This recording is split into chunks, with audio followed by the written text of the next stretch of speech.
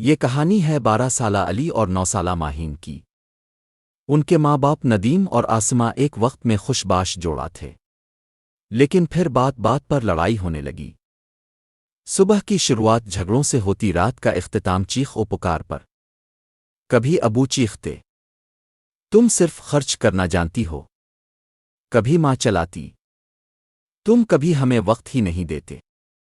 علی school میں چپ چپ ہو گیا۔ ماہین نے بولنا چھوڑ دیا۔ استاد کہتے، یہ دونوں بچے کچھ کہنا چاہتے ہیں مگر ڈرتے ہیں۔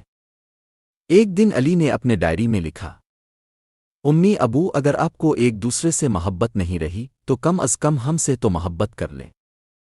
ہم آپ کی ہر لڑائی کے بعد سہم جاتے ہیں۔ ہم سو نہیں پاتے، کھا نہیں پاتے۔ ہم بچے ہیں، ہمیں سکون چاہیے، نفرت نہیں۔ آہستہ آہستہ ان کے گھر کا ماحول جہنم بن گیا۔ آسماں بچوں کو لے کر میکے چلی گئی، ندیم تنہا رہ گیا۔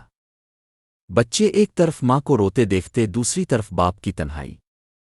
ایک دن ندیم بچوں سے ملنے آیا۔ علی نے پوچھا، ابو، کیا ایک دن ایسا نہیں آ سکتا کہ آپ اور امی صرف ہمارے لیے ہنس لیں؟